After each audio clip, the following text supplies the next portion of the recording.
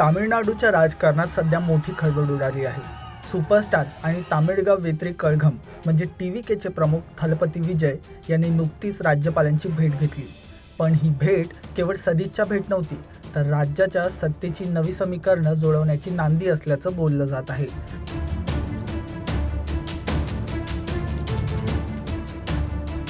विजय आता काँग्रेससोबत हातमिळवणी करून मुख्यमंत्री पदाची शपथ घेणार असल्याची जोरदार चर्चा राजकीय वर्तुळात रंगली आहे. तामिळनाडूच्या राजकारणातला हा सर्वात मोठा टर्निंग पॉइंट ठरू शकतो. साऊथचा सुपरस्टार थलपती विजय आता केवळ पडद्यावरचा नायक राहिला नसून प्रत्यक्ष सत्तेच्या चाव्या हाती घेण्याच्या तयारीत आहे.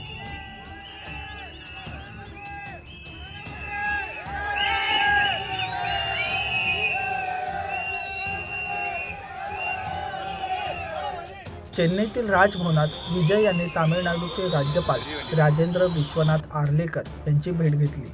या भेटीचे फोटो समोर आल्यानंतर राजकीय चर्चांना उधाण आलं आहे.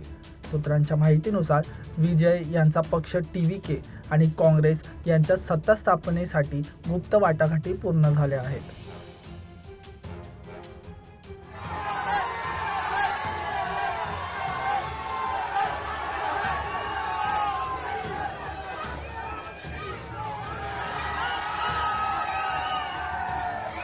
गेल्या अनेक दिवसांपासून तामिळनाडूत बदलाचे वारे वाहत होते. द्रविड राजकारणाच्या बालेकिल्ल्यात विजय यांनी आपली स्वतंत्र चूल मांडली होती. पण आता काँग्रेसची साथ मिळाल्याने विजय यांचं मुख्यमंत्रीपद जवळपास निश्चित मानलं जात आहे. या भेटीदरम्यान विजय यांनी काही महत्त्वपूर्ण कागदपत्रे राज्यपालांकडे सुपूर्द केली. हे पत्र सत्ता स्थापनेच्या दाव्याचं असल्याचं म्हटलं जात आहे. काँग्रेसच्या पाठिंब्यामुळे विजय यांना बहुमताचा आकडा गाठणं सोपं जाणार आहे.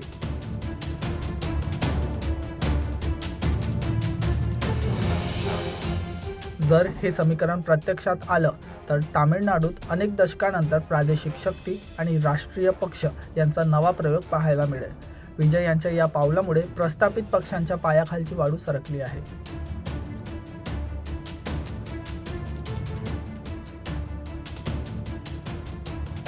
आता प्रतीक्षा आहे ती अधिकृत घोषणेची. थलपती विजय खरोखर तामिळनाडूचे नवे थलैवा म्हणजेच मुख्यमंत्री म्हणून शपथ घेणार का, याकडे संपूर्ण देशाचं लक्ष लागलं आहे.